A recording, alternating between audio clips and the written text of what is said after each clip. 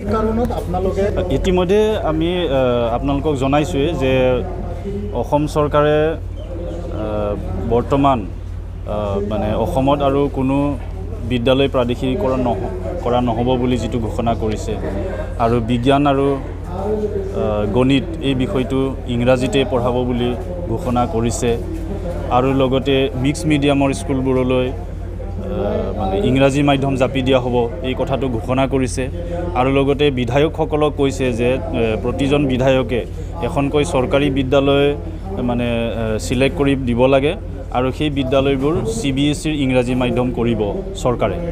এই কথাটোত আমি বড়ো সাহিত্য সভা আপচু অসম সাহিত্য সভা আৰু সদৌ অসম ছাত্ৰ সন্থা আমি সকলোৱে আমি অগ্ৰাহ্য কৰিছোঁ।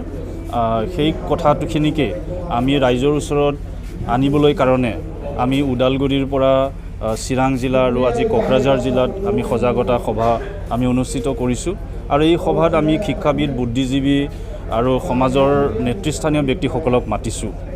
ইয়াত সৰ্বসাধাৰণ ৰাইজ অহা নাই, যিসকলে সমাজক নেতৃত্ব দিয়ে, বৌদ্ধিক মহলক নেতৃত্ব দিয়ে সেই ব্যক্তিসকলক আমি আমন্ত্ৰণ জনাইছোঁ আৰু তেখেতসকলৰ ভিউটো আমি গ্ৰহণ কৰিছোঁ।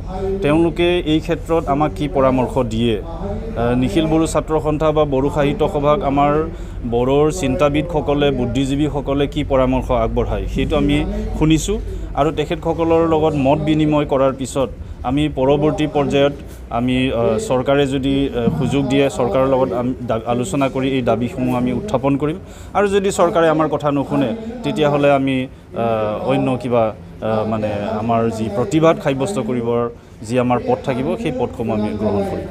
বড়ো মিডিয়াম আৰু অসম মিডিয়ামটো শেষ হৈ যাব যদি নিশ্চিত এই চৰকাৰৰ এই পলিচিটো যদি আজি অসমৰ ৰাইজে প্ৰতিবাদ নকৰে তেতিয়াহ'লে অসমীয়া মাধ্যমৰ বিদ্যালয় নাথাকিব, বড়ো মাধ্যমৰ বিদ্যালয়ো নাথাকিব। কাৰণ 50% ইংলিছ 50% অসমীয়া, 50% ইংলিছ 50% বড়ো, এই 50-50 স্কুলৰ কনচেপ্টটো অসম চৰকাৰ তাত আহিলে কেনেকৈ? বড়োসকলেহে আগতে ডিভাইড আছাম 50-50 বুলি কৈছিল। এতিয়া চৰকাৰে আকৌ সেইটোকে ফ'ল' কৰি পেলাই মানে অসমীয়া মাধ্যম 50-50 বড়ো মাধ্যম 50-50 কৰিব বিচাৰিছে, চবতে ইংৰাজী মাধ্যম 50% জাপি দি পেলাই। এইটো মানে আহি থকা সময়ত অসমৰ কাৰণে মাংগলিক হ'ব বুলি আমি নাভাবোঁ।